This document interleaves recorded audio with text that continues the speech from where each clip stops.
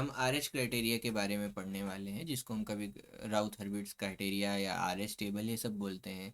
तो R H table का purpose क्या होता है, इससे हम left and right side of roots calculate कर मतलब पता करते हैं कितने रूट हमारे इक्वेशन में लेफ़्ट साइड है या राइट साइड है। मैं रूट बोल रहा हूँ, ध्यान दें, मैं पोल्स नहीं बोला पहले ही, वो इसलिए क्योंकि आर एच टेबल से हम क्या करते हैं, जैसे मान लो हमको एक सिस्टम दिया गया है, लेट्स से मेरा सिस्टम ये है, ये जी हो गया और ये इसमें कुछ फीडबैक है और ये ऐसा कुछ सिस्टम मुझे दिया हुआ है। ठीक है, ये इनपुट है और ये आउटपुट है। तो इसका जो आउटपुट आएगा, मान लो ये आया, इसका जो ट्रांसफ़र फंक्शन आएगा वाई बाई एक्स जो है वो आ गया जी अप जी अपॉन 1 + GH। ठीक है, तो हम पोल किसको कहते हैं, जब हम नीचे वाली इक्वेशन को, यानी ये हो गया न्यूमरेटर और ये हो गया denominator, when denominator is equal to zero तो हम उस चीज़ को बोलते हैं पोल। ठीक है, when numerator equal to zero तो इसको बोलते हैं रूट। ठीक है, तो अब अगर हमसे ये पूछा जाए कि कोई इक्वेशन है, तो मतलब कोई इस ट्रांसफ़र फंक्शन है, वो स्टेबल कब होगा, स्टेबल कब होगा, जब उसके पोल सारे लेफ्ट हैंड साइड हों। ठीक है, जीरो से हमें कोई प्रॉब्लम नहीं है, पोल्स हम चाहते हैं वो लेफ्ट हैंड साइड हो। अगर सारे पोल लेफ्ट हैंड साइड हो तो हम उस चीज़ को बोलते हैं सारे जो क्या कहते हैं, जो सिस्टम है वो स्टेबल है। अच्छा, ऐसा कहते क्यों हैं, तो ये सारी चीज़ें हम लोग पहले जान लेते हैं, ये सब चीज़ें हम कहते क्यों हैं कि लेफ्ट हैंड साइड क्यों होना चाहिए। तो सपोज करता हूँ कि मैं एक सिस्टम है, ठीक है, मान लिया मैंने एक ट्रांसफ़र फंक्शन बोला एच। ठीक है, एच को मैं कैसे लिख सकता हूँ, मैंने कहा ये लिखा हुआ है, मैंने कहा ये कोई कांस्टेंट है, मतलब मैंने, चलो ए बोल देता हूँ, कैपिटल ए अपॉन S-P1। ठीक है, और S-P2। ठीक है, S-P3 फॉर्मेट में लिखा हुआ है। तो इस इक्वेशन को हम कैसे रिप्रेजेंट कर सकते हैं, इसको हम रिप्रेजेंट कर सकते हैं, चलो मैं बोल देता हूँ small a upon S-P1 plus small b upon S-P2 plus small c upon S-P2। फिर पार्शियल फ्रैक्शन कर वर के हम इसको मैनेज कर लेंगे। ठीक है, अभी मैं उस पर नहीं जा रहा हूँ। अब मान लो मैं इसको इस तरह लिख सकता हूँ। ठीक है, अगर मैं इसको इस तरह लिख सकता हूँ, किसी सिस्टम को, किसी ट्रांसफर फंक्शन को, मतलब मैं इस तरह अगर रिप्रेजेंट कर सकता हूँ, ठीक है, तो मैं क्या बोल सकता हूँ, अगर मैं इसका इन्वर्स ट्रांसफॉर्म लूँ, ठीक है, अगर मैं इसका इन्वर्स ट्रांसफॉर्म लूँ तो क्या आएगा, एच ऑफ टी क्या आएगा इस केस में, देखो इस केस में क्या आएगा, ए। ठीक है, S equal to P one है ना, तो ये क्या हो जाएगा, ई की पावर माइनस पी वन है ना, तो ये हो गया P1T प्लस बी इंटू ई की पावर P2T प्लस सी इंटू ई की पावर P3T।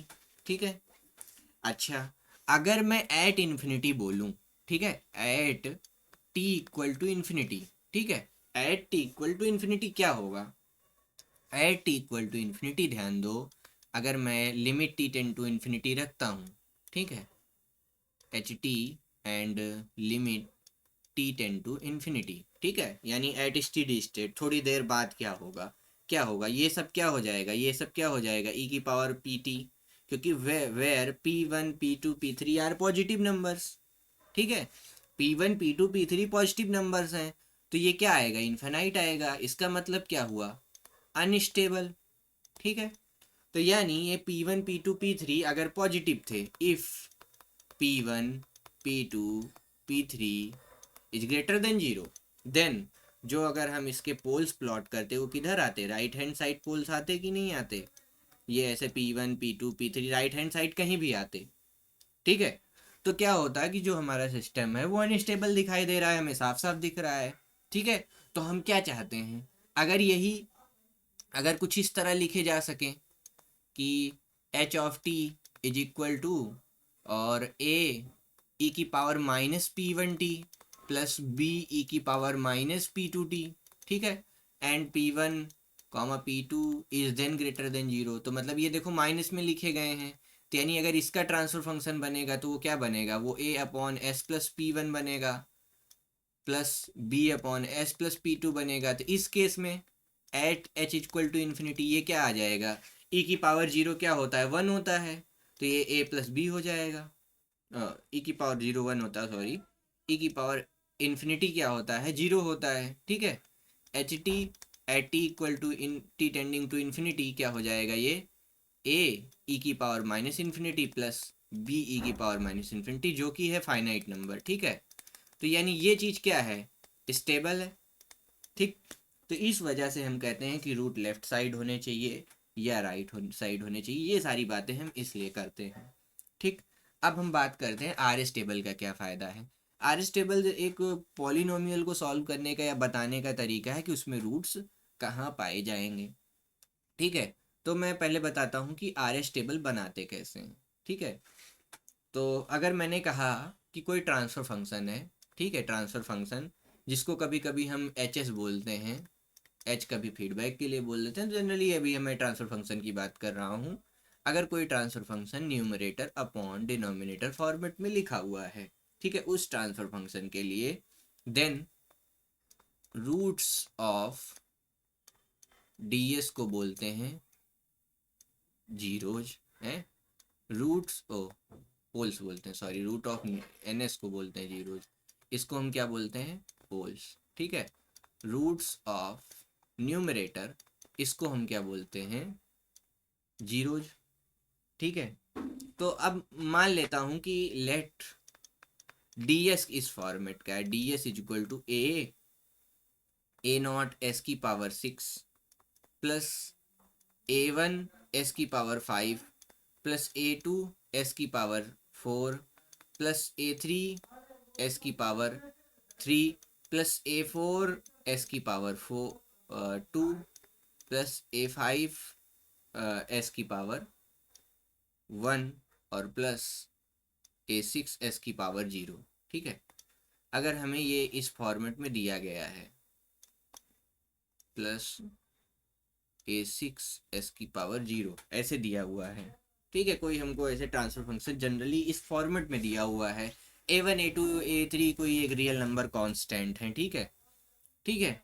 तो इसको हम पहले रीअरेंज करते हैं, राउट टेबल बनाने के लिए हम क्या करते हैं, पहले रीअरेंज करते हैं। कैसे करते हैं, मान लो अ, ऐसे हम लिखते हैं, एस की पावर 6 है पहले, एस की पावर 5 है, एस की पावर 4 है, एस की पावर 3 है, एस की पावर 2 है, एस की पावर 1 है और एस की पावर 0 वाला है, ठीक। इसको हम अरेंज करके लिख लेते हैं। अब एस की पावर 6 का कॉफिशिएंट है ए नॉट, ठीक है। अब एक एक छोड़ करके इवन इवन वाले के साथ इवन, ऑड वाले के साथ ऑड लिखते हैं। तो जैसे मैंने ए नॉट लिया है, अब ए नॉट के बाद ए वन नहीं लिखेंगे, ए नॉट के बाद एक छोड़ करके ए टू लिखेंगे, ठीक। तो हमने ए टू लिख दिया, फिर उसके बाद हम लिखेंगे ए टू छोड़ के ए फोर लिख दिया, फिर हमने लिख दिया ए सिक्स, ठीक है, कंप्लीट।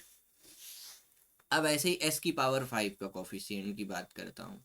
तो एस की पावर 5 की जगह मैंने ए वन लिखा, तो ए वन के बाद क्या लिखूंगा, ए थ्री वाला लिखूंगा, फिर उसके बाद ए थ्री के बाद ए फाइव वाला, अब कोई है नहीं आगे तो इसलिए मैंने यहाँ 0 लिख दिया, ठीक है। अब अगला लिखने के लिए क्या करना है, नेक्स्ट दो तो हमने ऐसे तोड़ करके पॉलिनोमियल लिख दिया। ये पॉलिनोमियल पे की गई कोई रिसर्च वगैरह है जिससे रिजल्ट निकल के आया है कि हम इसमें राउट टेबल में कुछ कॉफिशिएंट दे के हम ये बता पाते हैं कि कितने रूट्स, मतलब कितने पोल्स या जीरो जो है, जिस तरह हम भी सॉल्व कर रहे हो, यानी इक्वेशन की कितने रूट जो है ये लेफ्ट साइड में है और कितने राइट साइड में है, ठीक है। तो ए वन ए टू ऐसे हमने लिख लिया। अब हमें क्या करना है, जनरली हम डिटर्मिनेंट में क्या करते हैं, डिटर्मिनेंट में हम किसी चीज़ का डिटर्मिनेंट लिखते हैं ना, तो ए थ्री माइनस ए टू लिखते हैं ना, वैसे नहीं करना, यहाँ थोड़ा उल्टा करना है ध्यान रखने के लिए। तो मैं ए वन और ए टू को मल्टीप्लाई करूँगा, ठीक है। तो इसको मैं लिखूँगा a one into a two minus a not a three, यानी पहला और ये वाला, ठीक है, ठीक है। इन दोनों को मल्टीप्लाई करके और सब्सट्रैक्ट कर दूंगा,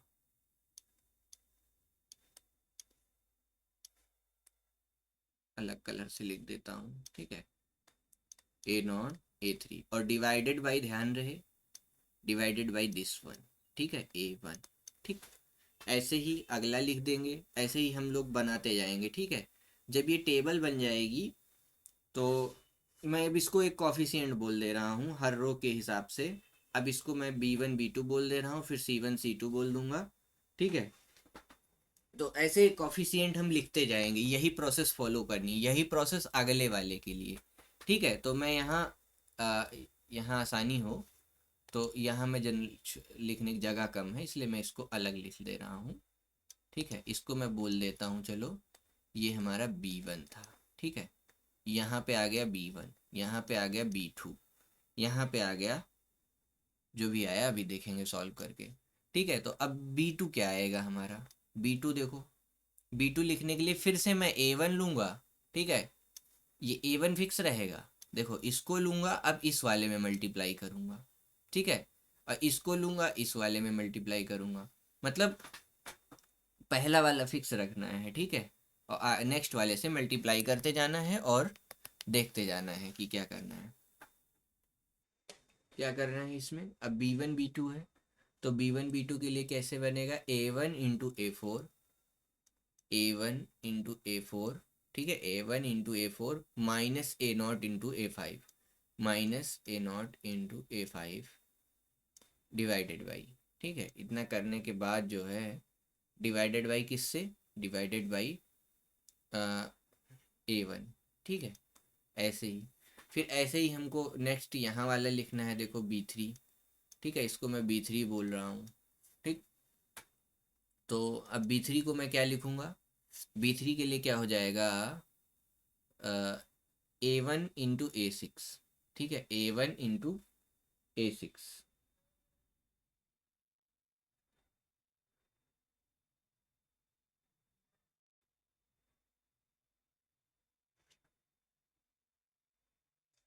तो ऐसे B3 वाला क्या हो जाएगा, वैसे हमें 3 निकालने की ज़रूरत नहीं होती, क्योंकि 2 से ही ये हमें बस केवल फर्स्ट कॉलम से मतलब होता है। ठीक है, तो मैं B3 के लिए लिख दे रहा हूँ, B4 भी ऐसे ही निकालना है। ठीक है, तो B3 हमारा क्या हो जाएगा, A1 × A6, A1 × A6, फिर A0 × 0। ठीक है, -A0 × 0 डिवाइडेड बाई A1। ठीक है, तो ये अल्टीमेटली क्या आ रहा है, A6 ही आ गया है। ठीक है, और फिर ऐसे ही अगला B4 वाला क्या आ जाएगा, अगला देखो इसके बाद यहाँ सब जीरो है। ठीक है, तो B4 वाला जीरो आ जाएगा। ऐसे ही अगले स्टेप में क्या करना है, अगले स्टेप में देखो फिर दो रो पकड़ लो, इन दोनों को पकड़ लो, फिर B1 × A3 -A2 ऐसे ही करते जाओ। ठीक है, तो अगला क्या करना है हमको, अगला देखो, अगला मैं चलो बोल दे रहा हूँ, ये है C1, ये है C2, ये है C3। ठीक है, तो C1 क्या होगा हमारा, C1 देखो क्या होगा, C1 होगा B1 × A3, B1 × A3 minus, फिर देखो A1 × B2, A1 × B2 divided by B1। ठीक, ऐसे C1 निकल गया, फिर ऐसे C2 के लिए तो ये वाला निकाल लो। तो ऐसे ही यहाँ ये टेबल हमारी बनती चली जाएगी। तो मैं इसको बोल रहा हूँ D1, इसको बोल रहा हूँ E1, और इसको बोल रहा हूँ F1। ठीक है, तो यहाँ तक मैंने इसको सॉल्व करके लिखा हुआ है, लेट से। ठीक, तो हम क्या बोलेंगे कि ये जो टेबल बन के आई है, अगर फर्स्ट कॉलम में, ठीक है, फर्स्ट कॉलम में जो नंबर ऑफ साइन चेंजेस हैं, ठीक है, number of sign changes in first column. ठीक, फर्स्ट कॉलम में नंबर ऑफ साइन चेंजेस क्या होंगे, equal to number of right hand roots. ठीक है, मैं रूट बोल रहा हूँ इक्वेशन का। ठीक है, राइट हैंड रूट्स कहने का मतलब ये है कि मान लो यहाँ आया 15, फिर 16, फिर -1, फिर -2, -3, फिर 4, फिर 5, फिर 6। ठीक है, तो ये देखो प्लस, इससे 15 से 16 को मैंने मैच किया, देखो साइन चेंज है नहीं। ठीक, 16 से 15, 16 से और -1 में देखो एक बार साइन चेंज आया। ठीक है, एक बार साइन चेंज। ठीक है, साइन चेंज, फिर -1 से -2 साइन चेंज नहीं हुआ, -2 से -3 साइन चेंज नहीं हुआ, -3 से और 4, -3 से 4 साइन चेंज हुआ, ठीक। फिर साइन चेंज नहीं हुआ, फिर साइन चेंज नहीं हुआ, तो कितने साइन चेंज है इस केस में? Sign change is equal to 2।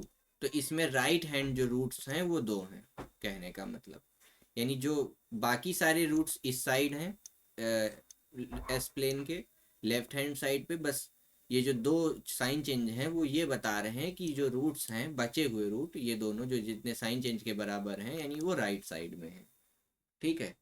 तो इससे अब हमें अगर राइट हैंड साइड के पोल या रूट भी पता चल गए तो उससे हम क्या बता देते हैं? स्टेबिलिटी बता देते हैं, है ना। तो वही इसका यूज होगा। अब तो ये हो गया, ठीक। तो number of sign changes is equal to number of roots, पहली चीज, ठीक है।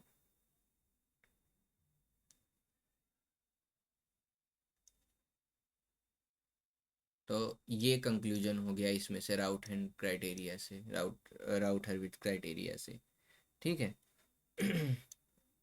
और अब मान लो इफ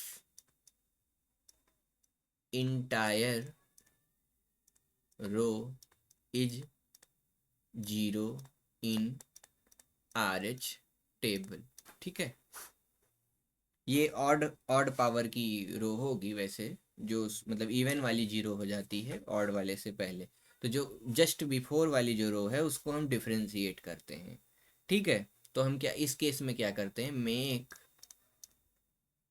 ऑक्सिलरी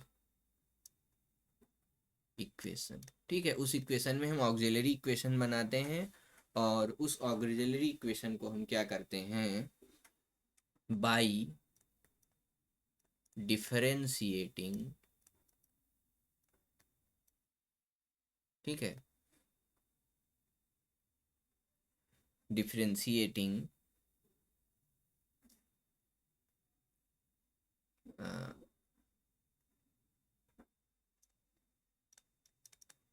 प्रीवियस रो, ठीक है, विथ रिस्पेक्ट टू एस, ठीक है। पॉलिनोमियल के रिस्पेक्ट में डिफरेंशिएट करते हैं, यानी पॉलिनोमियल का वेरिएबल यानी जो कि एस है।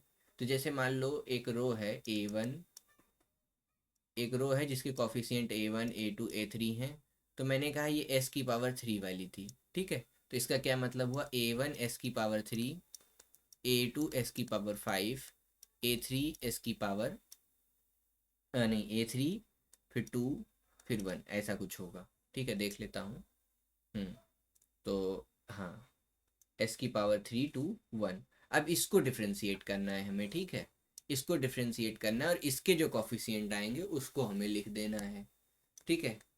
तो ये हो गया, यानी हमें ऑक्सिलरी इक्वेशन में को डिफ्रेंशिएट करना है। अब रो ऑफ जी, ये जो जीरो आता है, ठीक है, ये जो जीरो आता है, इंटायर रो जीरो, ठीक है।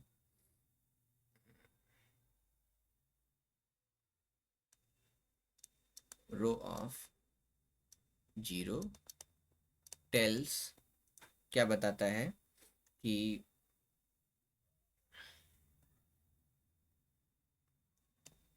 Roots are symmetrical about origin, ठीक है। कि जो रूट्स हैं वो ऑरिजिन के सिमेट्रिकल हैं। ऑरिजिन के सिमेट्रिकल होने का मतलब ये है कि अगर एक रूट यहाँ है तो यहाँ देखो ऑरिजिन है, उसके सिमेट्रिकल इधर होगा। अगर एक रूट यहाँ है तो इसके सिमेट्रिकली एक रूट यहाँ होगा, ठीक। तो ये ऑरिजिन के सिमेट्रिकल होना जरूरी है। हम्म। तो एक ये चीज हो गया इससे कंक्लूजन। और तो ऑक्सिलरी इक्वेशन का जो रूट होता है ये क्या होता है? ये मेन इक्वेशन का